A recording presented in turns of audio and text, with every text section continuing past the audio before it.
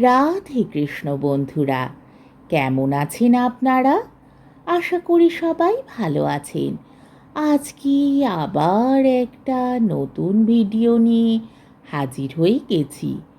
ভিডিওটি শেষ অবধি দেখার অনুরোধ রইল।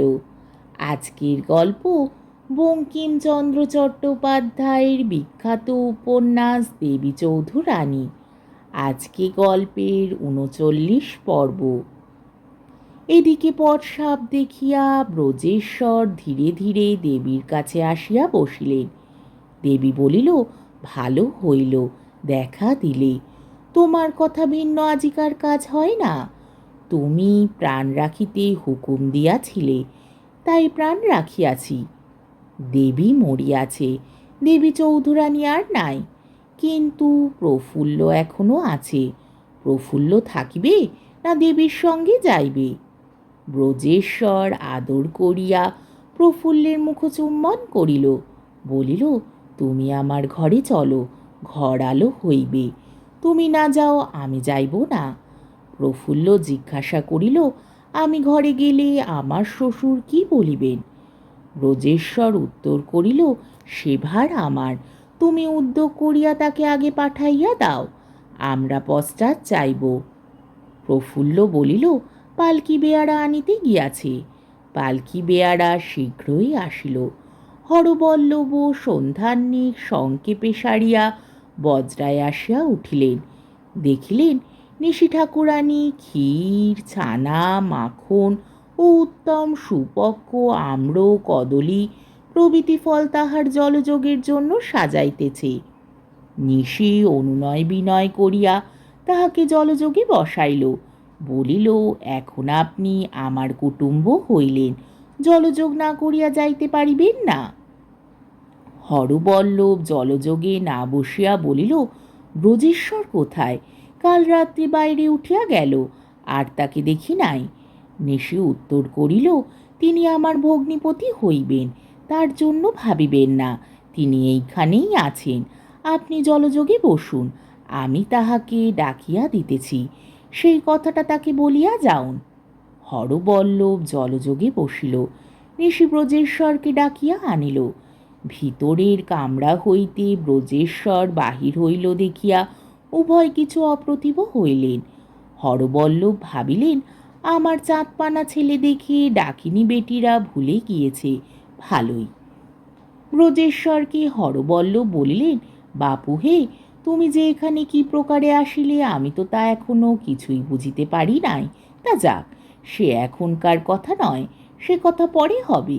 এক্ষুনি আমি একটু অনুরোধে পড়েছি, তা অনুরোধটা রাখিতে হইবে। এই ঠাকুরানীটি সৎকুলীনের মেয়ে, ওর বাপ আমাদের পাল্টি, তা ওর একটি অবিবাহিত ভগিনী আছে। পাত্র পাওয়া যায় না, কুল যায়। তা কুলীনের কুল রক্ষা কুলীনেরই কাজ, মুটে মজুরের তো কাজ নয়। আর তুমিও পুনর্বার সংসার করো, সেটাও আমার ইচ্ছা বটে, তোমার গর্ভধারিণীরও ইচ্ছা বটে। বিশেষ বড় বৌমাটির পরলোকের পর থেকে আমরা কিছু এ বিষয়ে কাতর আছি। তাই বলছিলাম, যখন অনুরোধে পড়া গেছে তখনই কর্তব্যই হয়েছে। আমি অনুমতি করিতেছি, তুমি এর ভগিনীকে বিবাহ করো। ব্রজেশ্বর মোটের ওপর বলিল, যে আজ্ঞা। নিশির বড় হাসি পাইল, কিন্তু হাসিল না। হরবল্লভ বলিতে লাগিলেন, তা আমার পালকি বেয়ারা এসেছে, আমি আগে গিয়া বৌভাতের উদ্যোগ করি, তুমি যথাশাস্ত্র বিবাহ করে বউ নিয়ে বাড়ি যেও। ব্রজ বলিল, যে আজ্ঞা। হরবল্লভ কহিল, তা তোমায় আর কি বলিব কি, তুমি ছেলে মানুষ নও। কুল, শীল, জাতি, মর্যাদা সব আপনি দেখে শুনে বিবাহ করবে। পরে একটু আওয়াজ খাটো করিয়া বলিতে লাগিলেন, আর আমাদের যেটা ন্যায্য পাওনা গণ্ডা তাও তো জানো। ব্রজ বলিল, যে আজ্ঞা। হরবল্লভ জলযোগ সমাপন করিয়া বিদায় হইলেন। ব্রজ ও নিশি তাহার পদধূলি লইল। তিনি পালকিতে চড়িয়া নিঃশ্বাস ফেলিয়া দুর্গা নাম করিয়া প্রাণ পাইলেন। ভাবিলেন, ছেলেটি ডাকিনী বেটিদের হাতে রইল, তা ভয় নাই, ছেলে আপনার পথ ছিনিয়াছে, চাঁদ মুখে সর্বত্র জয়। হরবল্লভ চলিয়া গেলে ব্রজেশ্বর নিশিকে জিজ্ঞাসা করিল, এ আবার কি ছল? তোমার ছোট বোন কি?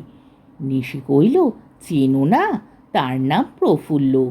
ব্রজ বলিল, ওহো, বুঝিয়াছি। কি রকমে এ সম্বন্ধে কর্তাকে রাজি করিলে? নিশি কইল, মেয়ে মানুষের অনেক রকম আছে। ছোট বোনের শাশুড়ি হতে নাই, নইলে আরও একটা সম্বন্ধে তাকে রাজি করিতে পারিতাম। দিবা রাগিয়া উঠিয়া বলিল, তুই শীঘ্রই মর, লজ্জা সরম কিছুই নাই। পুরুষ মানুষের সঙ্গে কি অমন করে কথা কইতে হয়? নিশি কহিল, কে আবার পুরুষ মানুষ? ব্রজেশ্বর, কাল দেখা গিয়াছে। কে পুরুষ কে মেয়ে? ব্রজেশ্বর বলিল, আজিও দেখিবে। তুমি মেয়ে মানুষের মতো মোটা বুদ্ধির কাজ করিয়াছ, কাজটা ভালো হয় নাই। নিশি জিজ্ঞাসা করিল, সে আবার কি? ব্রজ কহিল, বাপের সঙ্গে কি প্রবঞ্চনা চলে? বাপের চোখে ধুলো দিয়া মিছে কথা বহাল রাখিয়া আমি কি স্ত্রী লইয়া সংসার করিব? যদি বাপকে ঠকাইলাম, তবে পৃথিবীতে কার কাছে জুয়াচুরি করিতে আমার আটকাইবে? নিশি অপ্রতিভ হইল, মনে মনে স্বীকার করিল, ব্রজেশ্বর পুরুষ বটে, কেবল লাঠি বাজিতে পুরুষ হয় না। নিশি তা বুঝিল। বলিল, এখন উপায়? ব্রজ বলিল, উপায় আছে। চলো, প্রফুল্লকে লইয়া ঘরে যাই। সেখানে গিয়া বাপকে সকল কথা ভাঙিয়া বলিব, লুকোচুরি হইবে না। নিশি জিজ্ঞাসা করিল, তা হইলে তোমার বাপ কি দেবী চৌধুরানীকে বাড়িতে উঠিতে দিবেন? দেবী বলিল, দেবী চৌধুরানীকে? দেবী চৌধুরানী মরিয়াছে, তার নাম এ পৃথিবীতে মুখেও আনিও না। প্রফুল্লের কথা বলো। নিশি পুনরায় জিজ্ঞাসা করিল, প্রফুল্লকেই কি তিনি ঘরে স্থান দিবেন? ব্রজ পুনরায় উত্তর করিল, আমি তো বলিয়াছি যে সে ভার আমার। প্রফুল্ল সন্তুষ্ট হইল, বুঝিয়াছিল যে ব্রজেশ্বরের ভার বইবার ক্ষমতা না থাকিলে সে ভার লইবার লোক নহে। আজকের পর্বটি এইখানেই শেষ হলো। আমার ভিডিওটি যদি আপনাদের ভালো লেগে থাকে, তাহলে আমাকে কমেন্টের মাধ্যমে আপনাদের মূল্যবান মতামত অবশ্যই জানাবেন এবং আমার ভিডিওটিকে লাইক ও শেয়ার করার ও আমার চ্যানেলটিকে সাবস্ক্রাইব করারও অনুরোধ রইল। তাহলে আজকের ভিডিওটা এই অবধি। পরের দিন আবার এই গল্পেরই 40 পর্ব নিয়ে হাজির হয়ে যাব। ততক্ষণ পর্যন্ত আপনারা সবাই ভালো থাকবেন, সুস্থ থাকবেন, সাবধানে থাকবেন এবং আমার ভিডিওটি দেখতে থাকবেন। তাহলে আজকে আসি। রাধে কৃষ্ণ।